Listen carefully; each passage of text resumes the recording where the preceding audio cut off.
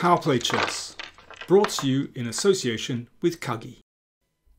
Ding against Gukesh. Yes, these two will be battling it out for the title of World Champion starting in November. But before then, we had a little taste of that contest as they met in the first round of the Sinquefield Cup taking place in St. Louis. This is, well, one of the strongest tournaments of the year. A formidable lineup. 10 of the really, well, strongest players in the world. More on the participants later on what happened in round one. But let's look at this round one game between Ding and Gukesh, a foretaste of their World Championship match. So Ding was playing white and a gioco piano. Well, Ding plays e4, d4, sometimes c4. No, he's playing something, I think, reasonably safe in playing the white side of the gioco piano. And, well, both players have enormous experience actually on both sides of this position. And now Gukesh plays something he's played before, but it's a little bit unusual. The normal moves here are either a6 or castle's kingside. He plays a5. I mean, these positions are so complex. You can get away with different move orders. Sometimes you can play h6 early, a6. I mean, they're very, very subtle, the differences. So rook e1. Okay, looks like a normal move. White potentially wants to push forward in the middle of the board. Castles, h3, bishop e6, and bishop b5. So now there's a clear threat of d4 and d5 winning a piece. So that's why this bishop drops back to a7. And this has the potential to be a strong piece. So Ding exchanges that off and develops the queen's bishop at the same time. And now this knight swings round via e7 to the king side, leaving that bishop looking a little bit stranded out on b5.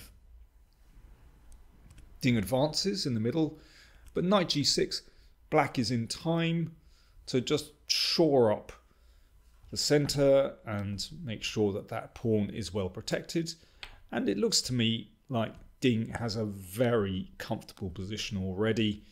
Nice lineup of minor pieces, particularly the knights on the king side. And Ding has yet to develop the queen's knight. I mean, that's has to be a priority here. But he didn't actually move it. He instead dropped the bishop back to f1. If knight d2, it could be that actually, in some ways, that knight is a little bit misplaced. I mean, this is a game, for example, between Adams and Matlakov. Well, already I think black is very comfortable here. Nice arrangement of minor pieces, and also gaining some nice space on the queen side. So Ding, instead of knight d2, Ding played the bishop back to f1. And he said afterwards that his idea was to play c4 and then knight c3, just stationing the knight on a more active square. And well, if he can achieve that, then that looks absolutely fine. However, because white is a little bit behind in development, that gives black the chance to strike out in the middle of the board. So d5 played after some thought by Gukesh. Or I should mention, of course, this is classical chess. So the time control is 90 minutes plus 30 seconds per move to get to move 40. And then after move 40, it's 30 minutes and also 30 seconds increment as well. So anyway, let's get back to the position in hand. So it seems to me this is a very logical break in the middle. You can see it's a comical position with all four pawns in the middle. But as I said, considering that white is behind a development, d5 looks very logical. Ding said afterwards that he considered playing like this and then exchanging here, but recapturing with the f-pawn can give black excellent play here, and he pointed out a little tactical variation. If f3, then queen g5 hits the rook, and if queen e1, bishop takes h3.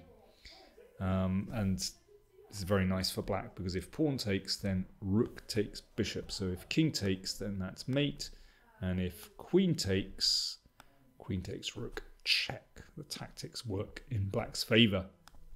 So after d5, Ding, after some thought, played knight d2. And this just looks really sensible to bring the piece into play. And Gukesh exchanged in the middle. And, well, again, Ding thought for some time here. He could take on e5, but he said afterwards that he was worried that he could be worse in this position. He wasn't sure what to do with white. I mean, I think that's quite a pessimistic way of looking at this position. It seems to me that white should be absolutely fine here. You know, maybe bringing this bishop out to d3, you know, pointing at the king side. I mean, it's very hard to imagine that white could be worse here, or even, you know, something like a4 to secure the b5 square. Seems absolutely fine. Anyway, he wasn't sure about that and played knight takes, which is also very good. Or at least, you know, absolutely satisfactory for white. And now this one is threatened.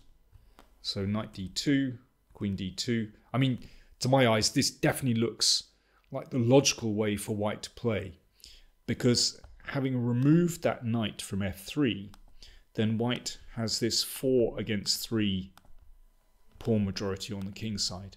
I mean, this is absolutely typical of these king's pawn openings. And white, basically, one of the strategies is to advance that f-pawn. If you can get that f-pawn rolling up the board,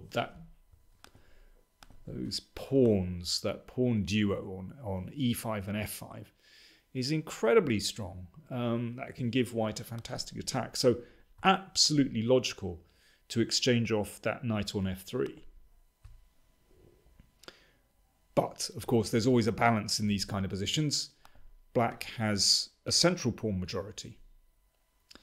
But Ding is able to swing that rook across to the king side. Another reason for exchanging off that knight on f3, because now the rook is really actively placed. And, you know, I think if I had white in this position, I would start to feel quite optimistic, actually. You know, things are sort of heading in the right direction.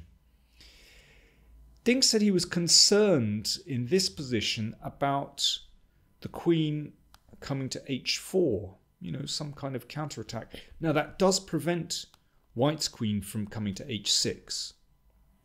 But actually, white has some very interesting possibilities here. For example, king h2. I mean, Ding actually pointed out this variation after the game. f4, yeah, that's the move you want to play. You want to get that pawn advancing.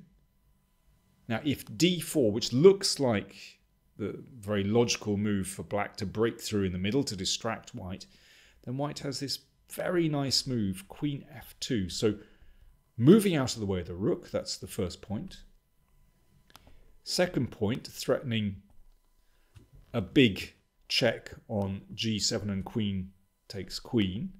So when the king goes to the side to avoid that, then, of course, the queen is in the perfect position on f2 to support the f-pawn. Now, this looks incredibly dangerous. I mean, it's clear that Ding was kind of working through this variation, but he was sort of concerned about queen h4. But it seems to be that white has a very promising attack. Now, that's not forced. For example, coming back here, black can counterattack with f6. Nevertheless, you know, white should be fine here. But yeah, I was struck that Ding was just a little bit pessimistic, in these variations. He said he was worried.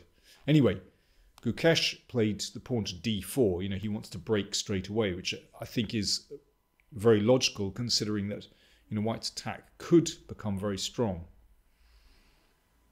Now, if one takes straight away, then queen takes, and Black is very active. Of course, White can get a draw straight away like this, just perpetual check. Or indeed play for the endgame like this. But that's just equal. This bishop is on e6 is very powerful, and yeah, it looks about equal. So Ding played off to d4, queen h6, which looks just like the very natural, straightforward way of playing, threatening mate. So g6. And now he went for bishop d3, and this is a kind of safety first move, actually. White basically guarantees a draw with this position, with bishop d3, because there's going to be a sacrifice on g6, forcing a perpetual. But I think if Ding were feeling more optimistic here, he might have wanted to try to find ways to, get this attack going. And there is a very nice move here. White can play rook e1, simply bringing the rook on a1 into the game, into the attack. And there's a simple idea here of playing rook e4 and rook h4, which is obviously absolutely decisive. Now, Black can defend, but it's not so simple. One variation that Ding was looking at after the game was this, and then queen d5 to stop rook e4. But then actually this is very powerful. You can play rook d3, pushing the queen away, and then rook e4, and the bishop defends the king, and simply rook h4. It looks better if Black plays bishop f5 to stop rook e4. Nevertheless, White has some interesting possibilities here. One is to play rook f3, threatening potentially a sacrifice on f5. Or potentially, there's also the h-pawn waiting in the wings as well. That's another idea. Or perhaps bring the bishop to c4 to take that diagonal. So, White is very active here. And I think Ding was just being a little bit cautious. Now, I understand it's the first round of the tournament, and particularly playing against Gukesh, you don't want to sort of mess things up. But he basically plays for the draw here. After c4, now he could take on g6 immediately, but, well, he decided to kind of, it's almost like a teasing move, bishop e4. But Gukesh played d3. Well, that's potentially a strong pass pawn. So at this point, Ding decided just to take on g6 and force a draw. You could try and play on with f4. This also raises the stakes. Black should be able to defend this. For example, queen d7 and f5. And again, White can sacrifice on g6, but Black should be okay here with the queen and the rook defending. So there we go. Discretion was the better part of valor, and Ding decided to force a draw by perpetual. There we are. Sacrificed all his pieces, and now he's basically run out of pieces to attack, and he just gave a perpetual there. Or repetition, if you want to be pedantic about it. Ding is playing better at the moment. He played in the World Teams Rapid and Blitz Championship in Kazakhstan recently and had some decent wins there. He said after the game that he's been playing a lot of training games against his seconds to to get familiar with the game again. He said he's lost a lot of those games, but he's learned a lot as well. So I don't know if this is good news or bad news as far as Ding is concerned. Anyway, he seems to be feeling better about his game, which is frankly a relief, because I think we all want to see a good contest for the world title in November. Right, there we are. So Sinquefield Cup, really powerful lineup. We've got Caruana, who lost actually against Firuzjar in the first round. Very tight game, very complicated game. All the other games were drawn. We've got Wesley So, Aronian, Giri, Pragnananda. Who else we got? Nepo, Vachier Legrave, Abdusatorov. So, this is a fantastic lineup, and I'll be reporting back soon, hopefully giving you daily games. By the way, remember, my chessable courses are still on sale till the end of August. Do check them out. Kalashnikov, Anti-Sicilians, How Good Is Your Chess, and so on. And in fact, thank you very much to viewers who sent in some of their games.